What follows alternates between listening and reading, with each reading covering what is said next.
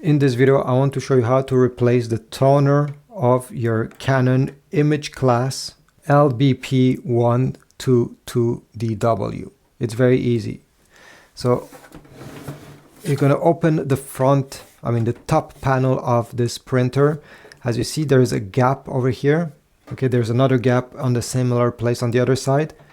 Simply by sticking your fingers over there, you'll be able to lift the front cover. Now let's take a look inside. If we stick our finger, you're going to find that there is a handle. You see, I can pass my finger through that handle. Well, this is the ink toner cartridge. You just have to stick your finger and pull towards yourself. It will come right out. So this is how it looks. And if you wonder which kind of cartridge, which kind of toner this printer takes, I'll put a link in the description towards a replacement from Amazon, so you get the right one for this printer. All right, once you get your new ink cartridge,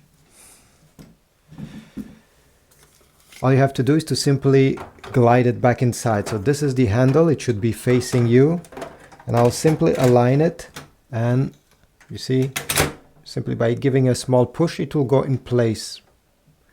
Close the lid.